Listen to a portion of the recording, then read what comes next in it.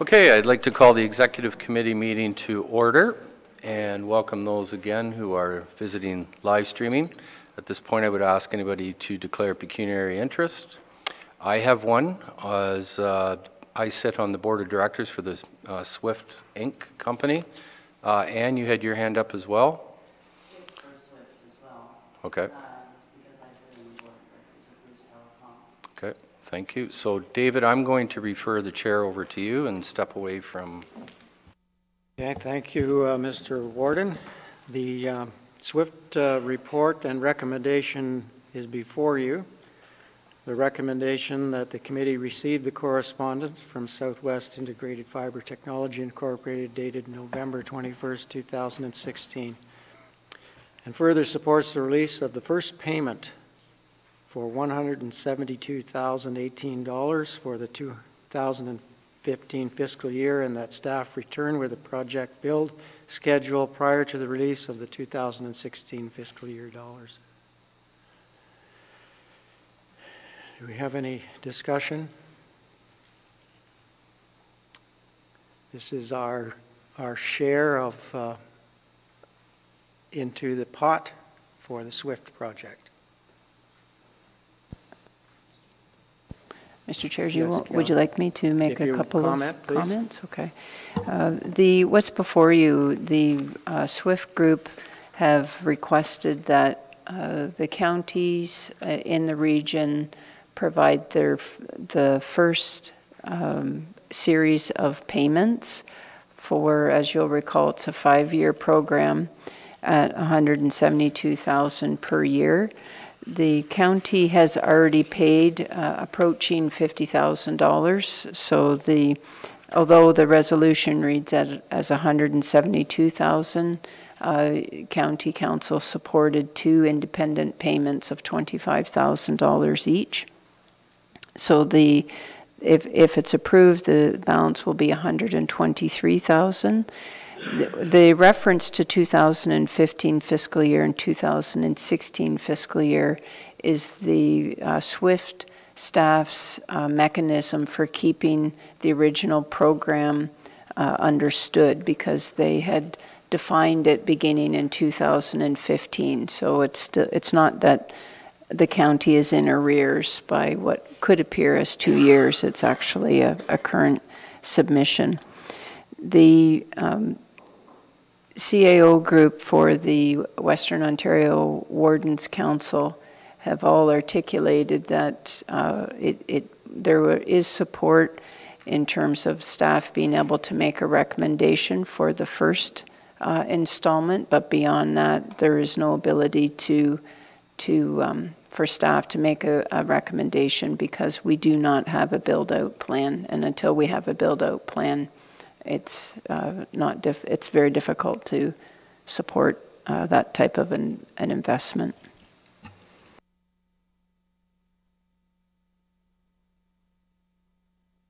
I will ask for a mover and a seconder. Moved by Robert, seconded by Paul. Further discussion. Paul? So this balance of the payment, we did commit to that a while back, but is that in the 15 or the 16 calendar year budget? Like where are those funds coming from? Through you, Mr. Chair, the funds are currently reserved, so they're sitting basically on the balance sheet. And was that the motion or the desire to pay that amount, was that contingent on the rest of the counties contributing as well? Correct. Yes. Through you, Mr. Chair. Yeah. The only county that I'm aware of that remains uncertain is Perth, but the balance in the region have committed that they were full participants. And so no further payments, we don't have any further payments scheduled until we see a build-out plan or where this thing's going? Correct. That's what the recommendation is. Mr. Chair. All right, thank you. I must comment, Mr. Chair, that sidebar conversation is seeking clarity in terms of whether or not we have quorum with having 4 members. So the view is that quorum has to be 5. So and given that, then I would suggest that there be at least a suggestion of support, and then possibly at the meeting in February, we can bring it back for formal approval, if there's support for it. Okay. Any other comments before we determine whether we can move forward? Milt or Robert? No. Could we have, I guess, a consensus that we move forward and then formally approve at the next council meeting when we do have quorum? You're okay, Milt? Paul? I think that's what we have to do, but wait for the quorum. Okay. Robert? Yes, I'm in favor. All right. That is what we will do.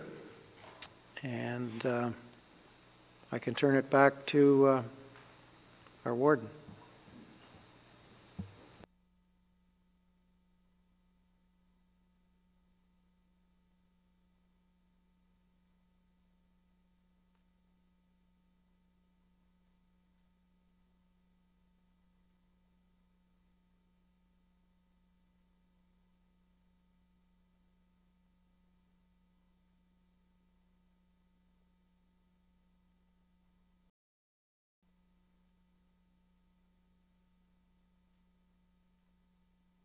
So we're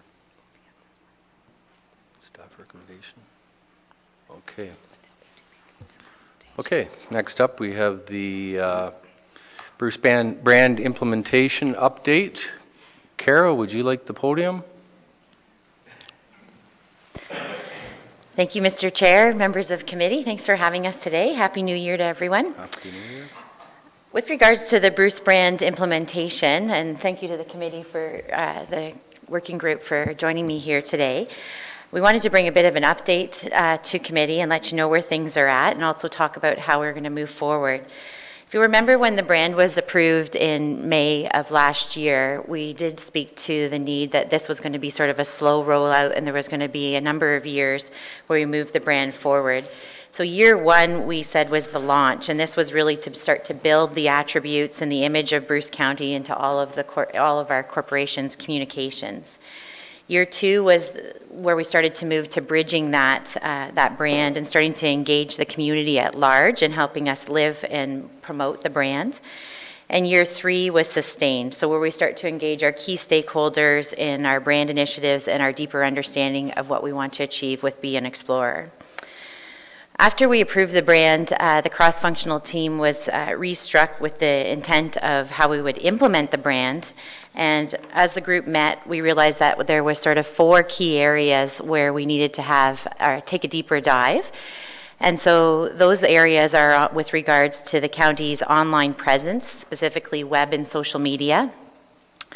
With regards to the 5 sub-brands, so if you'll remember, there were sub-brands that were approved as part of the brand style guide, and that's with regards to the museum, library, Spruce the Bruce, Explore the Bruce, and Business to Bruce. And those were the 5 sub-brands. So we need to produce style guides for each of those so that we can coordinate how they're implemented.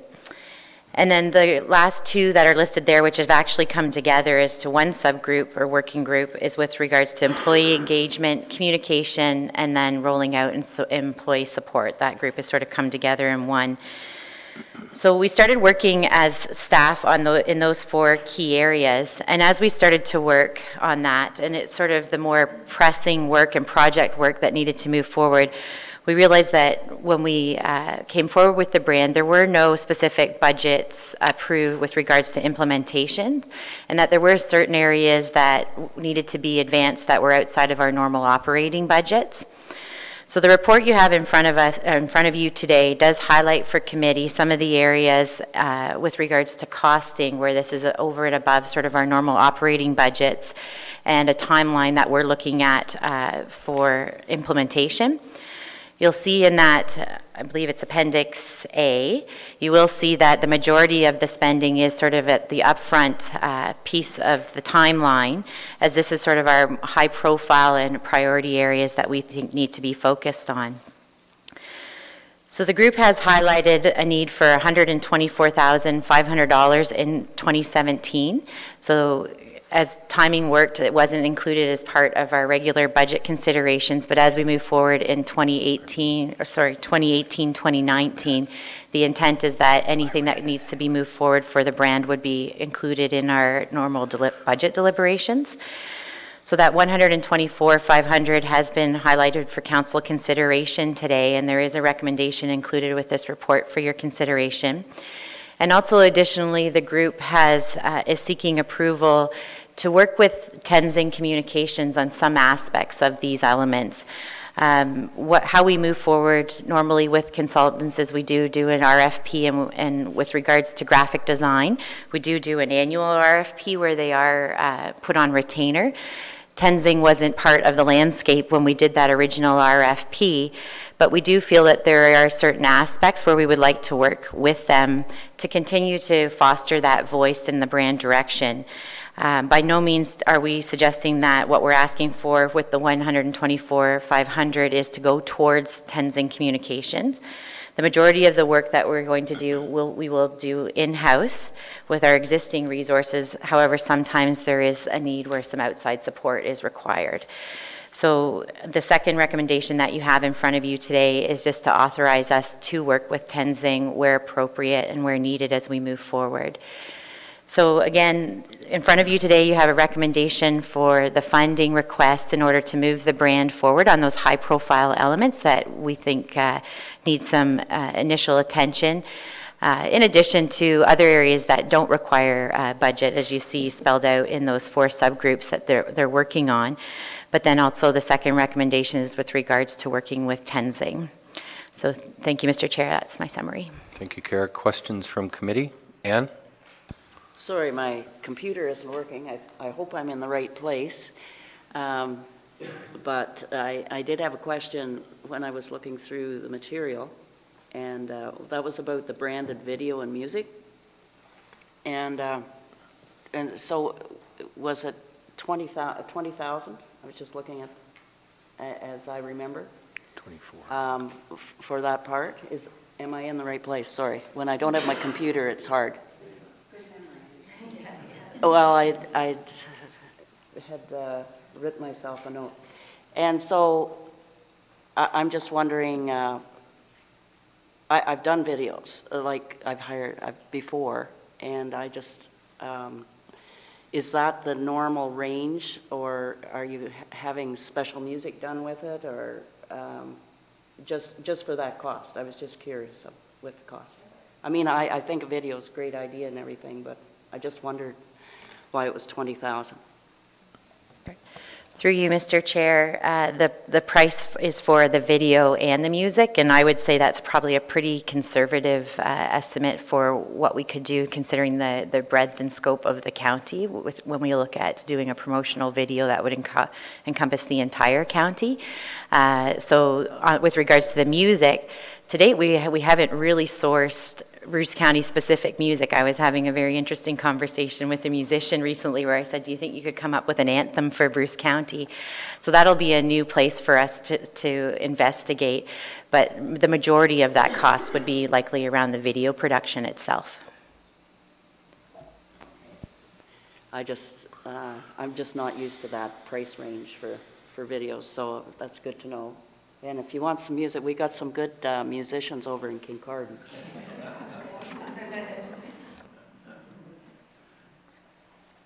Other comments, questions? Milt? Yeah, so Tenzing, is this above and beyond, Kara? Like the cost for Tenzing is going to be something, right? And where is that now? Is that going to come later, or where is that?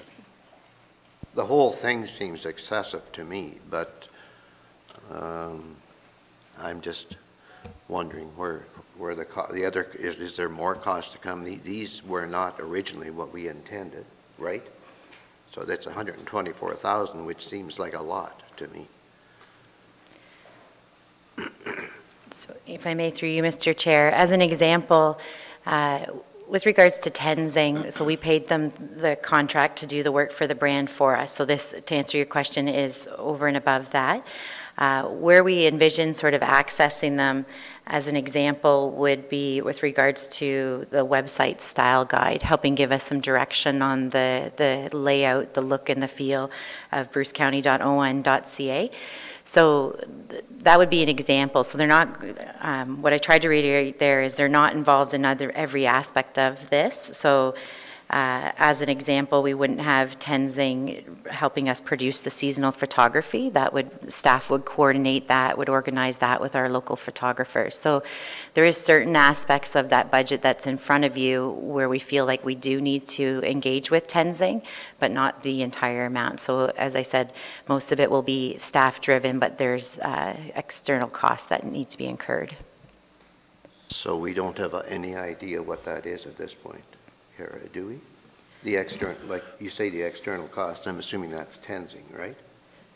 Sorry, no, sorry to clarify. Jill's whispering at me because maybe I'm not doing a very good job. But so the entire cost we're looking for is $124,500. A portion of that would go towards Tenzing, not anything in additional to that $124,500. Paul? Do you want to put your speaker or your mic on there, sir? That signage in high traffic areas for 15,000 is very interesting. What's your thoughts on that? Was that in addition to what we're doing? An extension of the highway signage? Like, I believe in Bruce County, in some areas, especially, I don't like to harp on the county line, but it's true, there's still the signage before the county line was constructed is better than what's there today. With this signage, this 15,000 probably has nothing to do with that whatsoever at all. Where would this signage, where would we be targeting this money? Through you, Mr. Chair, with regards to the signage, so I guess I have two answers for you, and whether or not the county engineer wants to weigh in, but we are continuing to move forward with the signage project that we started a number of years ago with signing our county highways. And every year we apply for some grant money and move that agenda forward. So you'll continue to see that initiative advanced on our county highways. With regards to the signage that we've called for here, that's more so in relation to our buildings and our facilities. And it's not something, again, that we have budgeted for in our normal operating, but as opportunities arise, much like what we've seen with the atrium here in this facility, we felt that there was a need to have some money set aside that the buildings and facilities could access to update that signage.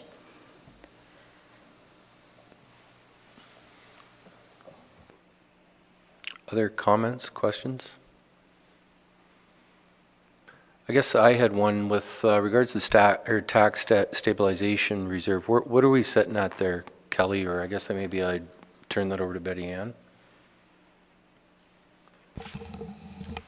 Thank you, Mr. Warden. At this point, of course, we are busy working on year-end projections. The winter was fairly kind to us up till the last couple of weeks, but at the end of November, we were projecting just over 1.5 million in the 2016 year-end results. There had, I think it was approximately 150,000 in the report that I had presented the last that was remaining.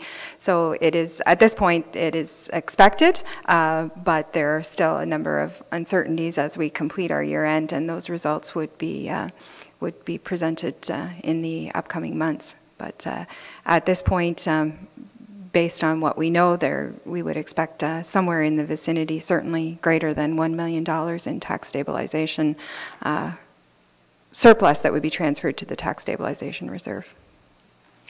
Okay. That is currently unassigned.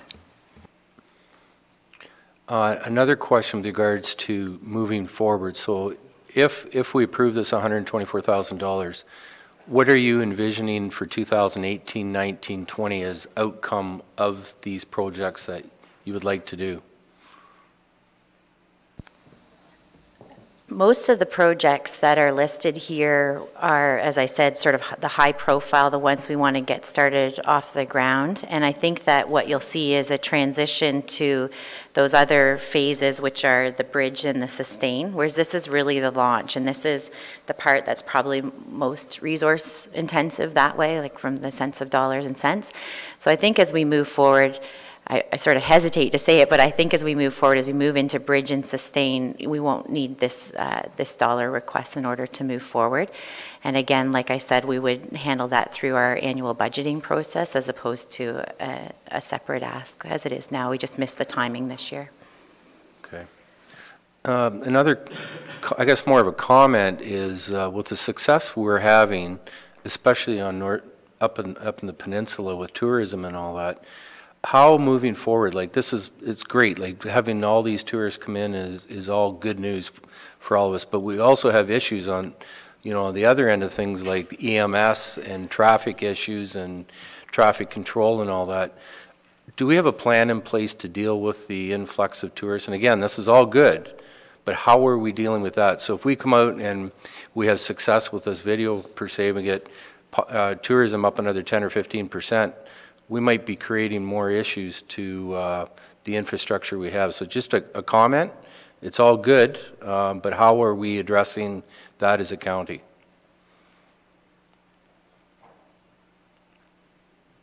Sure.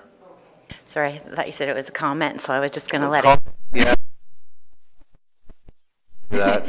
Tried, yeah. But yeah, I think, you know, in this, and I don't know, Mayor Milton, if you'd like to speak to it too, but we've been in constant communications with our partners in North Bruce Peninsula, with the CAO there, and also with Parks Canada. And we have lots of interesting conversations. We haven't actively marketed the peninsula probably in about the last 5 years. What's happening now is the phenomenon related to social media, where it's marketing itself by the users of it.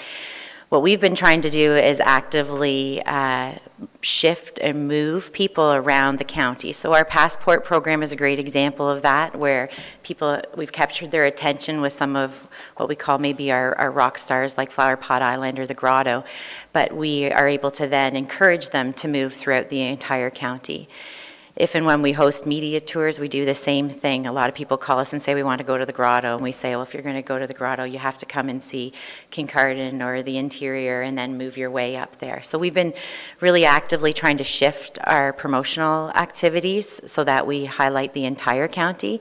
And the Bruce brand is a great vehicle to do that, because it allows us all to come together and market the county in a really proactive and engaging way. So that's what we are doing at this point on the infrastructure side.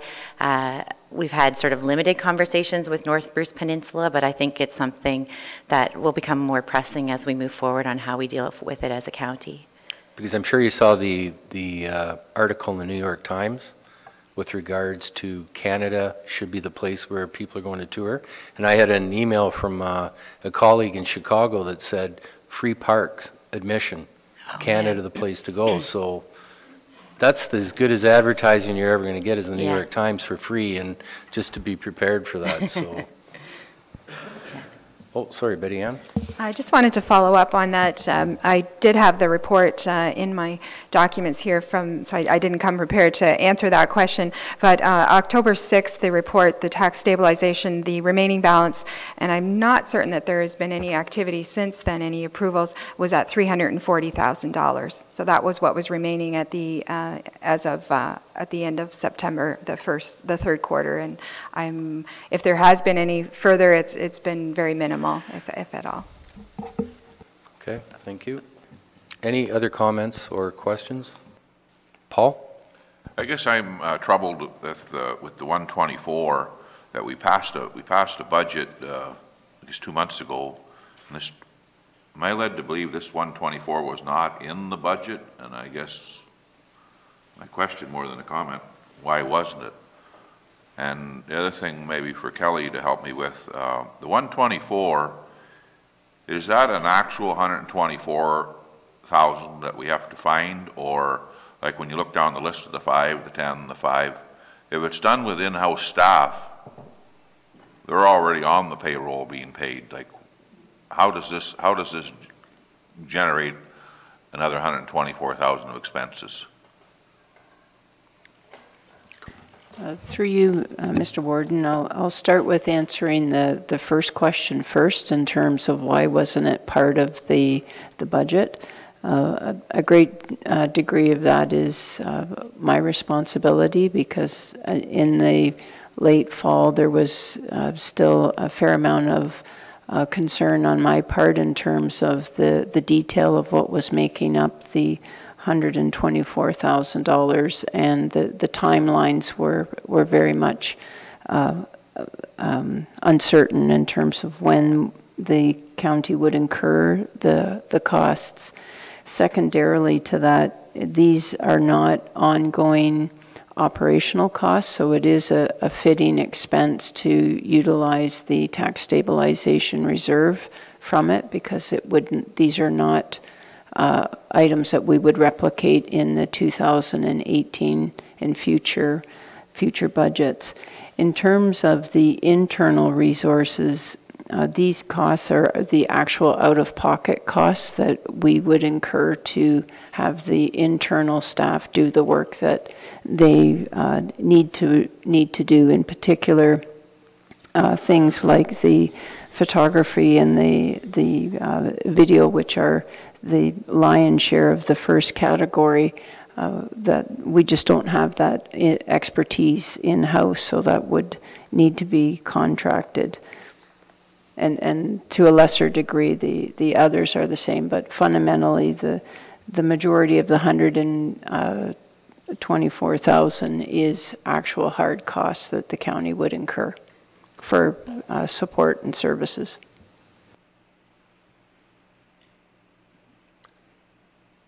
Other comments? Okay, there is a staff recommendation. Do I have a mover and seconder for the staff recommendation?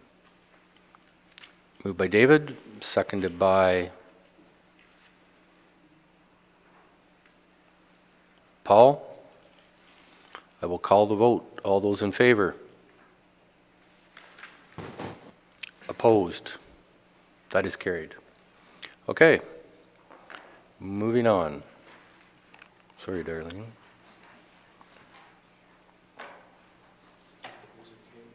Okay. Stelina's going to come here, right? Yep. Do you want to come sit here?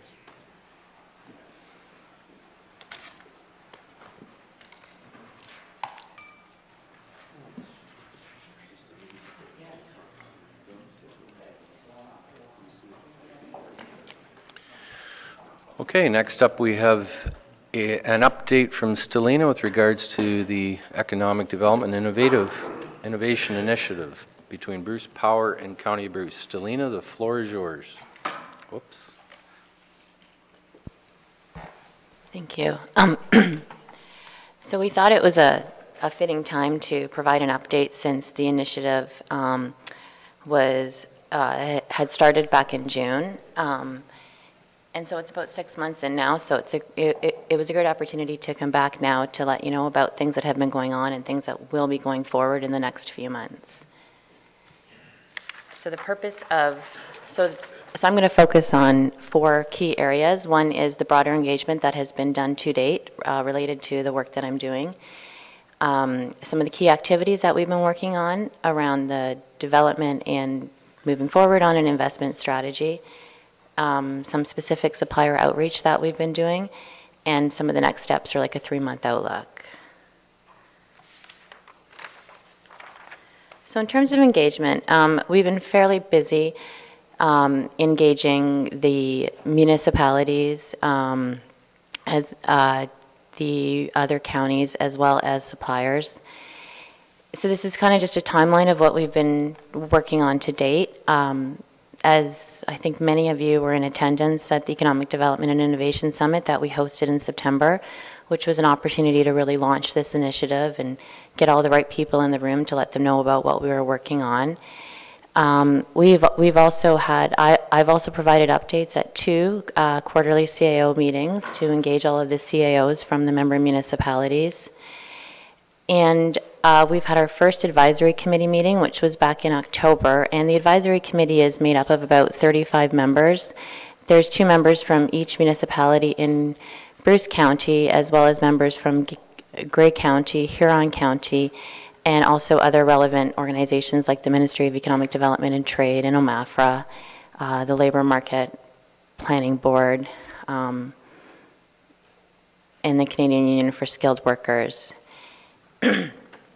So we both struck and are moving forward with the advisory committee to help us move on some key action items related to what we're working on, and they've been a great resource to both provide input and to work with as we're moving forward.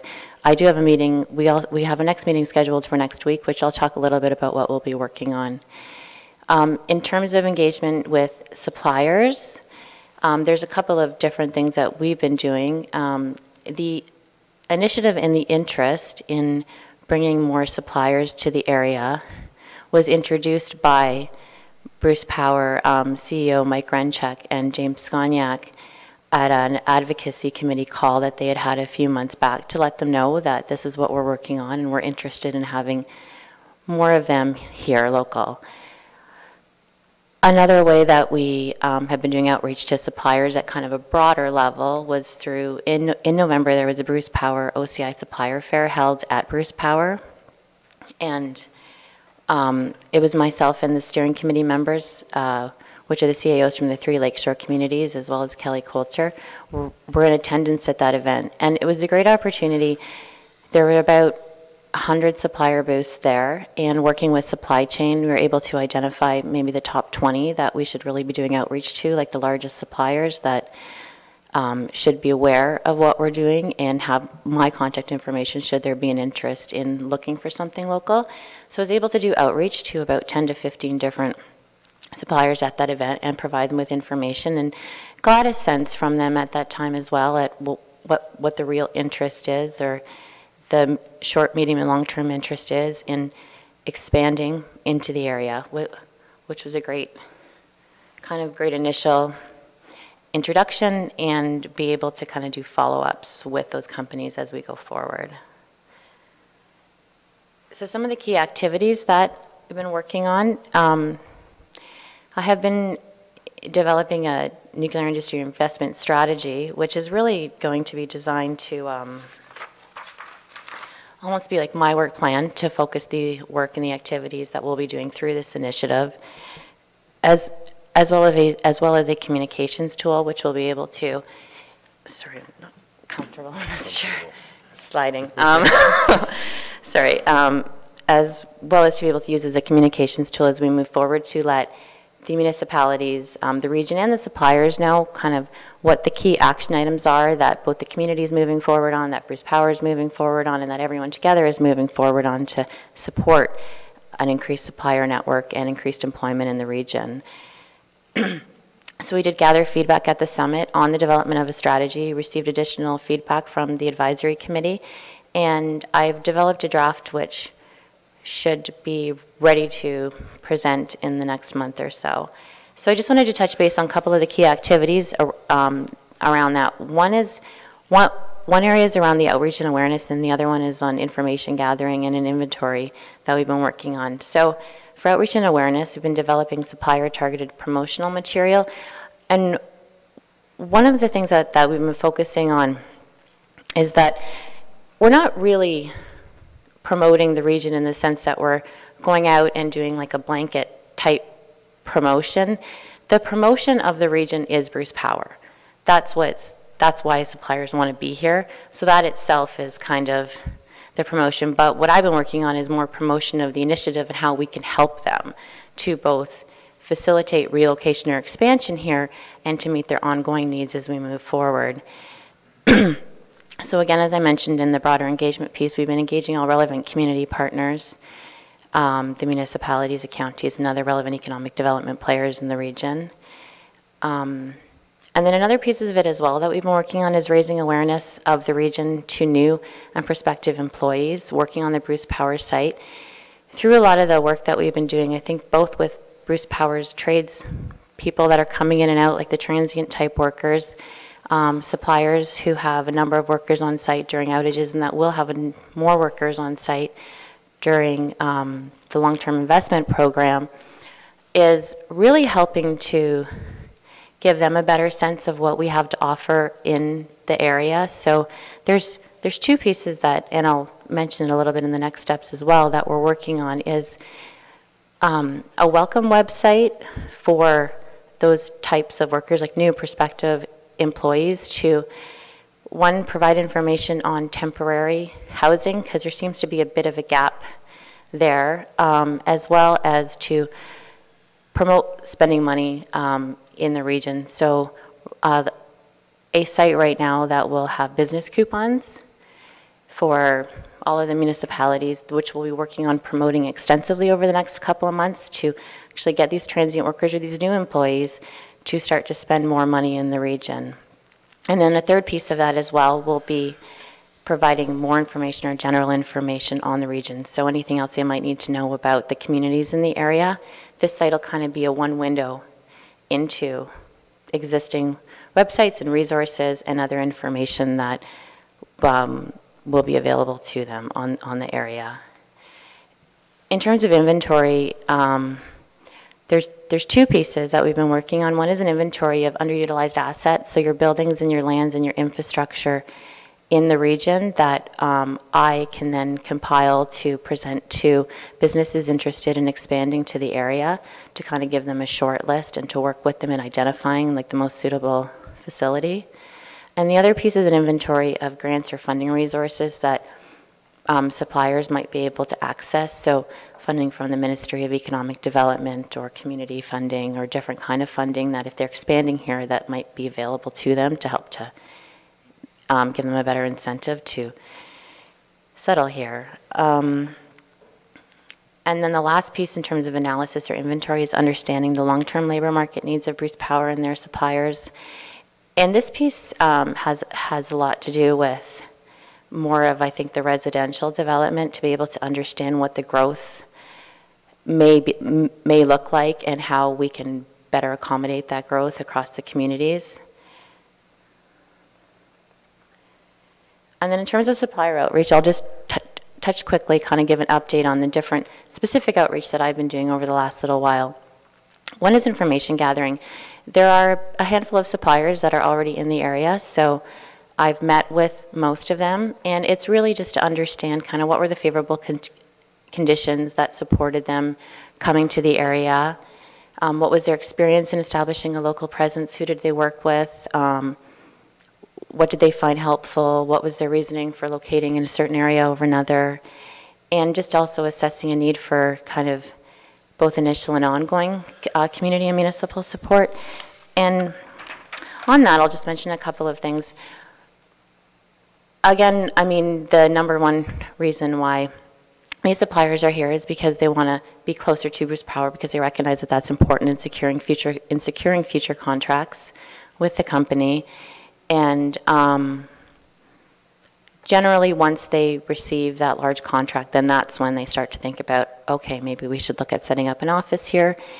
And from that time until when they want to be here, it's usually a short there's usually a short time period of around 3 to 6 months from when we have that contract, now we want a local presence. So it is a fairly short time from when they actually want to be here to when they've made the decision to expand here.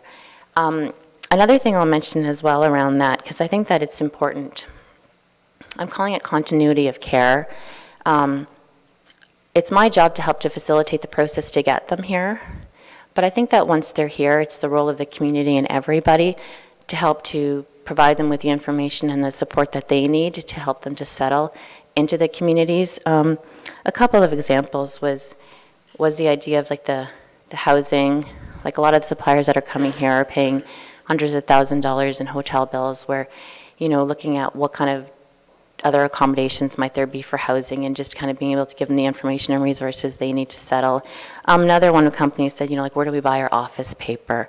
So even just having like the local economic development group or support to say, like, this is the information and resources that you need now to help you to get settled. In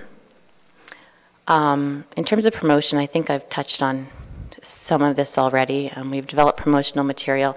There is a website link that is fairly new on the Bruce Power page. That's a supply chain web page. And it's much broader than this initiative because there's always questions like how do I become a supplier and things like that. So that information is all there in kind of the procurement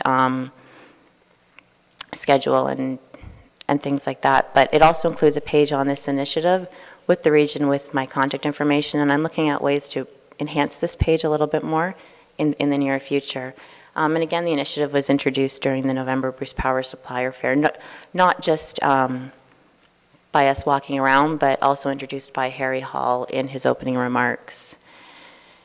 And then in terms of targeted outreach, as I mentioned, I have been doing some outreach to specific companies, and I am working with 2 to 3 businesses right now for both office space and warehouses in the region. And that's largely providing them an inventory of the space that we have available.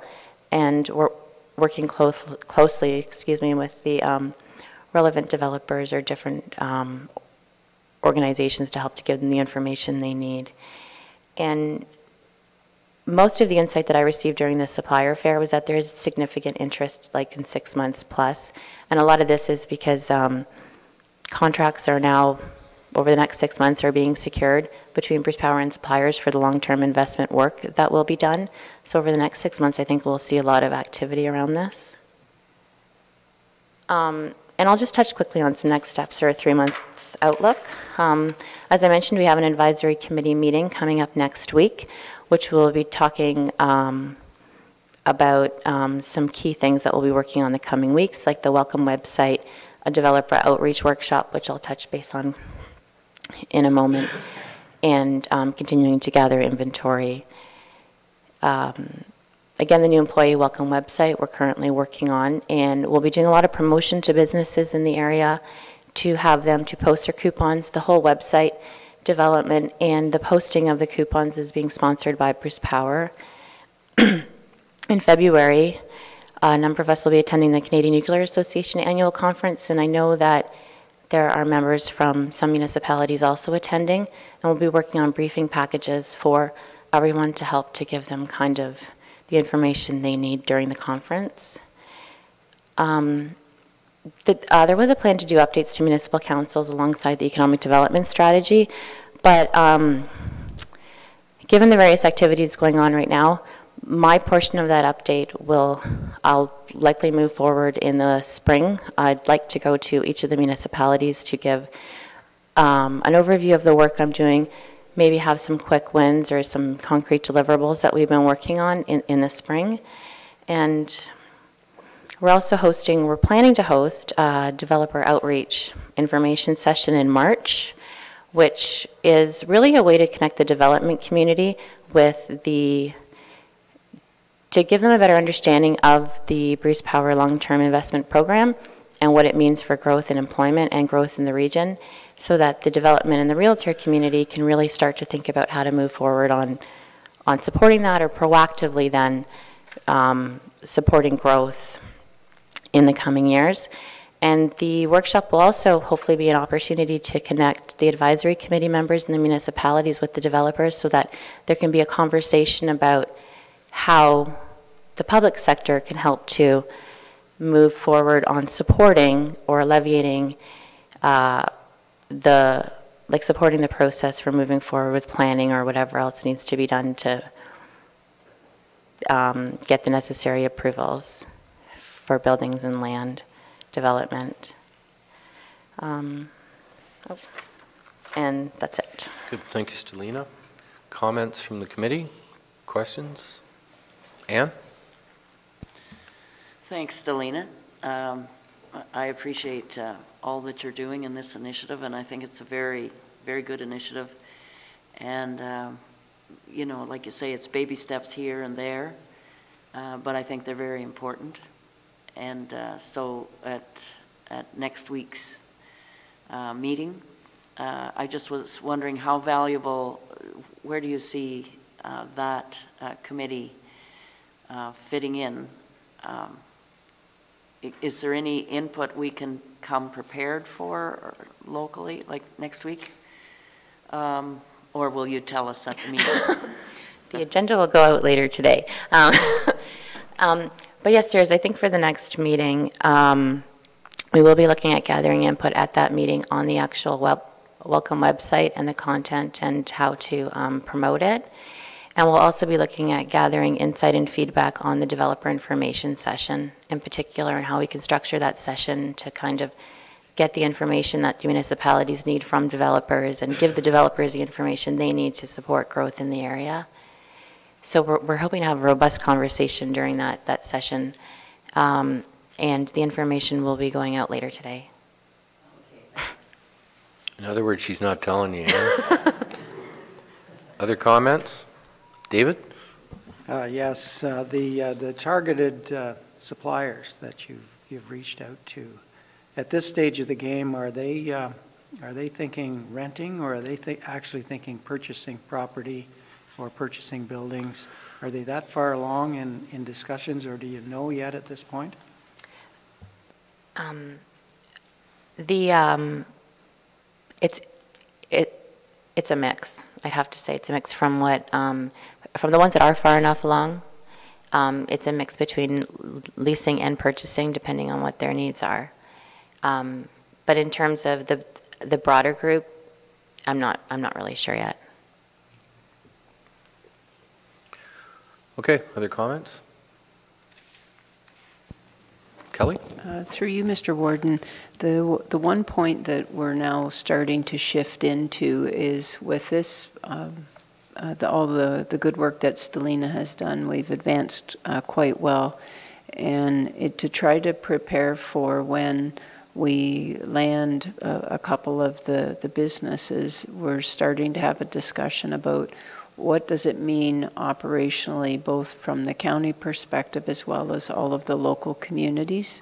Because our biggest fear is we have a company commit, and then they have hurdle after hurdle after hurdle to get located in terms of permissions and various permitting done. So that will be where we will be moving our attention in the coming weeks, to make sure that we do not have that happen. Ann? So Kelly, are you thinking like our own individual planning departments, or of course the county working with our own, we work through the county planning as well, like streamlining some of our processes more, or what ideas do you have in that part? Through you, Mr. Warden, things similar to that, whether it means that when we know the location of choice that the company is going to engage in, that then we take the technical knowledge base of that community, whether it be the planning, the CBO, and then on top of that, the local conservation authorities and our role to make sure that we don't have the potential of losing a month or 2 months worth of very critical time as the company seeks, whether it's an official plan amendment or something as simple as a minor variance, that we do to the best of our ability to make sure that's all streamlined. Or with our water and sewer as well. And so we need to be looking at that in our individual municipalities. Okay, thanks. Okay, thank you, Stelina.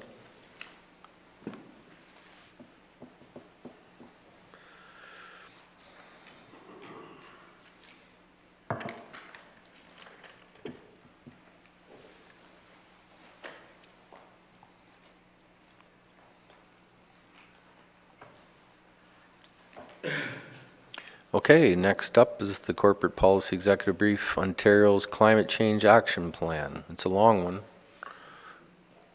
That's there for more information than anything. Is any comments or questions? Kelly? Through you, Mr. Warden, I would like to compliment the Corporate Services Division and Chris's portfolio for this work. They had done a series of versions of it, and we landed on this document, and I think that it really is both a fulsome and a holistic view for County Council. In a nutshell, we're probably looking at a financial hit from this program in our first year of approaching $50,000. Now, the one piece that we remain uncertain of is what the grant programs are going to be, and whether our project that Betty Ann Cobain and Director Charlie and Director Kathy have been working on in terms of the ecosystems. But fundamentally, this is a terrific document, and it's the second big report. The first, you'll remember, was the budget analysis from the federal budget. Thanks, Kelly. Other comments, questions? Okay. All right, moving on to the 2016 annual business plan update.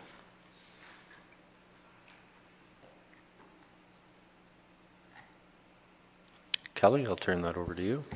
So through you, Mr. Warden, what under item E on the agenda, the report that was in the package outlines in particular, the focus on the work that has been done for the 6 strategic plan initiatives and the elements underneath that.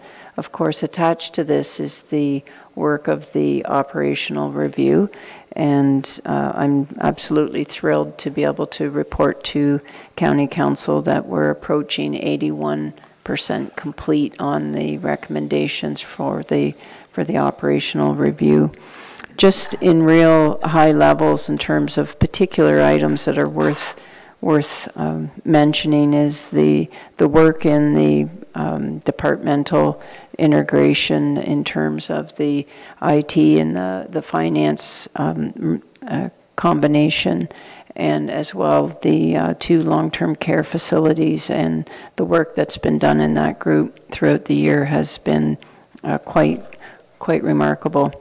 The Unified Voice initiative, again, the corporate policy division under Chris LaForce's portfolio have really hit their stride near the midpoint of 2016, and the County Council will start to see a lot of the power of having that resource available to the community. The communications expert has been hired, with Eleanor McEwen being in the role beginning this month. In terms of the policy foundation, again, at the risk of repeating, the group have started to really be able to have the resources available to put out some pretty phenomenal work. The open items in terms of the first goal for the strategic plan that will come back to County Council for their consideration is how and when and what you would like to do in terms of the town hall style meetings and how you would like to have those organized, and whether you want to do a tour and that you locate at various times throughout the year in various communities.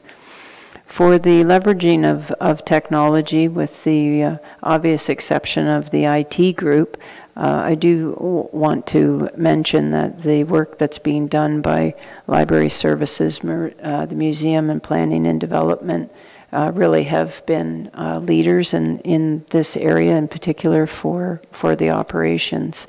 Of course, we've completed and stabilized for the webcasting of council and committee meetings.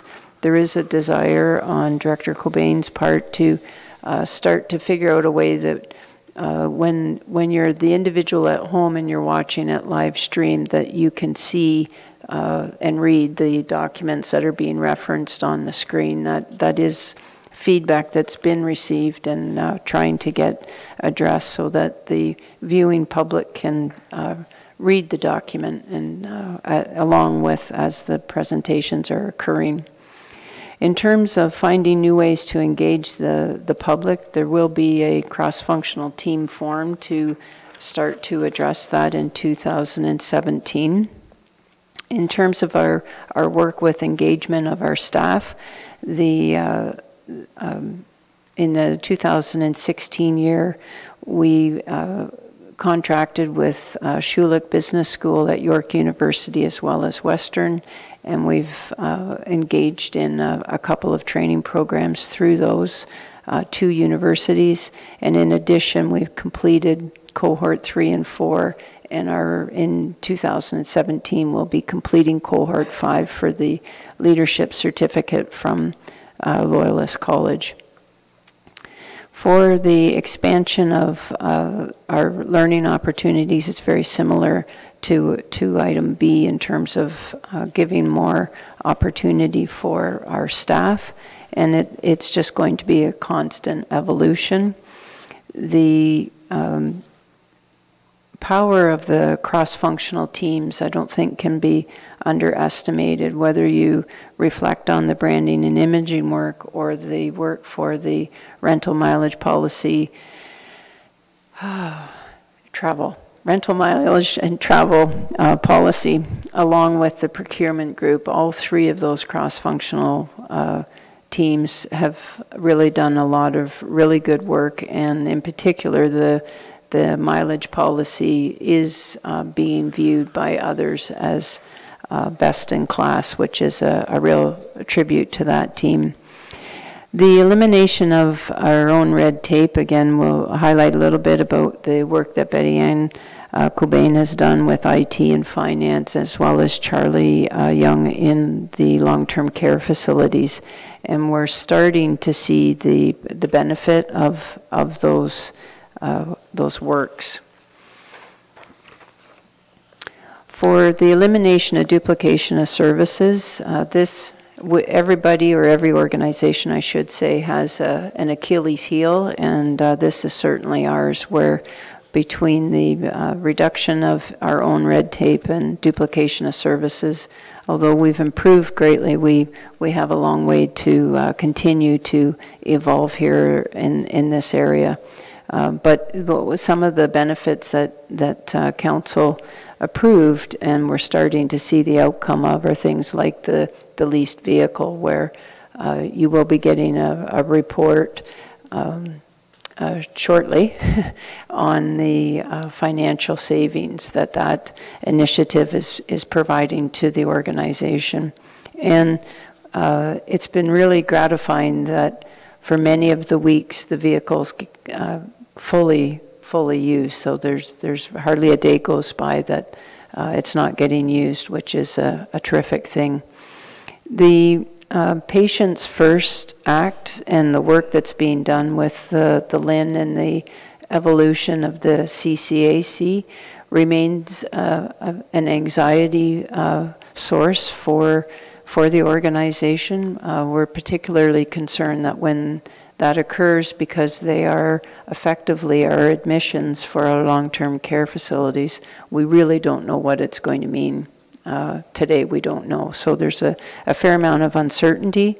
On the positive, we're hoping through consultation, when they get further down the path, that we'll actually have an improved system and see savings operationally, because the admissions won't be, hopefully, for us as problematic as they have been in the past. The streamlining of services, again, in 2017, one of our key evolutions will be to start to introduce lean processing and assessing of the work that we do and where the value of that work is, and then those steps that have little or no value, that they get assessed and potentially removed from the process. The improving of efficiencies, where we're seeing there, as well as the power of the cross-functional teams, and in addition to that, with the lean processing, we're convinced that we'll be able to see and deliver savings to County Council. The reward and evolution of innovation and economic development. Certainly in 2016, our biggest initiative in that regard was the partnership with Bruce Power, and with Stelina's update, you're certainly seeing the impact of that investment.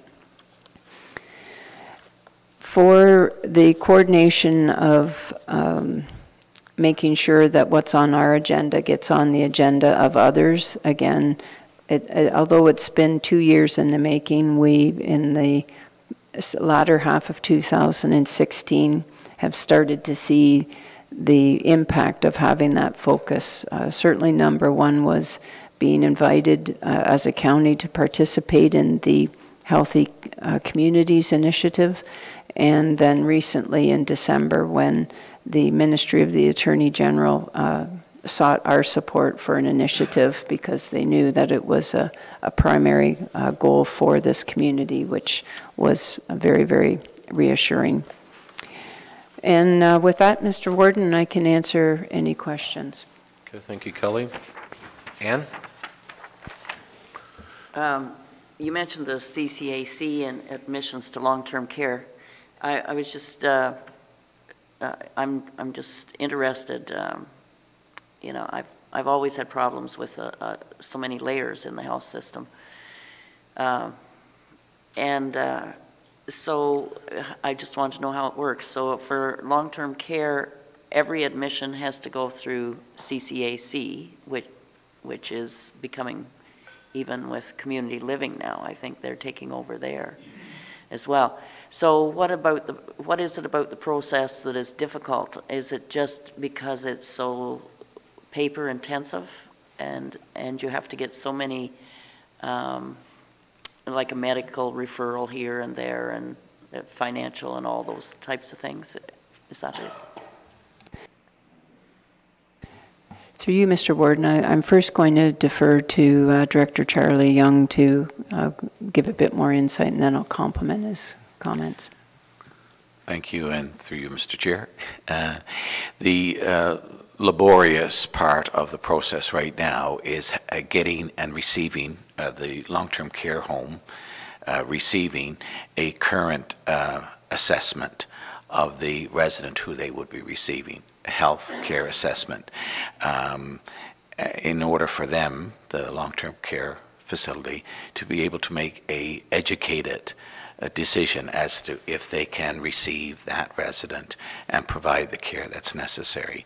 CCAC right now controls all of that, and we do not necessarily, when we receive an application, when we have an opening and we receive an application, the details on that person's, that resident's charts and whatever the case may be, it could be 6 months outdated.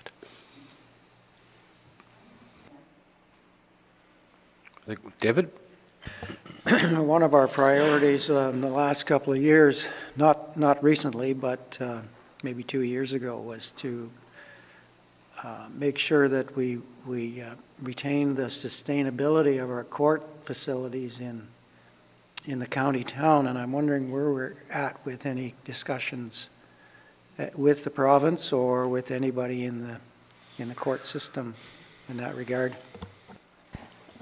Through you, Mr. Warden, with indulgence of committee, we'll bring that back. It remains in closed session, so we can bring it back at a future meeting to give an update. Anything else? Ann? Sorry, I just had one more. So I know it was in the climate change thing, but telecommuting, have you any update on the use of that, or did I miss it? Through you, Mr. Warden, the past week we've had a lot of movement in that area. Yeah. And there certainly was a little bit of a hiccup in terms of the demand on the IT services to set it up for many, that we had such a beautiful fall when the policy got approved. Some, I think, were thinking, yes, I will get it set up in future. So it on the alternate work locations and the ability to work remotely has started to really take shape in the county. The using the services that are through the province, being the Ontario Telenetworking OTN. Certainly the 2 long-term care facilities have been using it and continue to use it. It's functional, it's not robust. That it has certain restrictions that go with it. From a HR perspective, we've really started to use a lot more Skype, in particular for the preliminary interviews that are taking place, so that people are not having to drive between the various facilities. But we have more opportunity to do in all 3 areas, for sure. I guess I have one comment, or question, I guess, is when are we going to start in the process for our next strategic plan? Because usually you're about a 5-year time period. Through you, Mr. Warden, when this report was circulated to the directors, I believe I wrote in my comments that I was predicting that you would want to entertain that probably at the start of 2019, once the next municipal election is passed.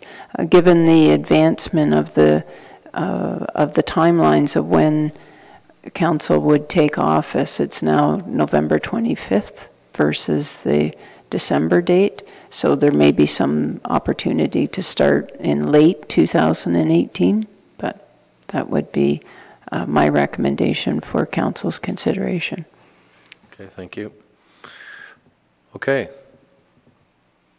We want to go to the Q4 updates, and we will start off with Kelly, CAO. Are we going to go right into it? Sure. Yeah, okay.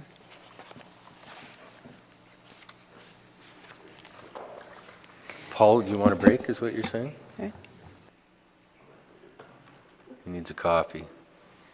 Do you want to have a quick break? Sure.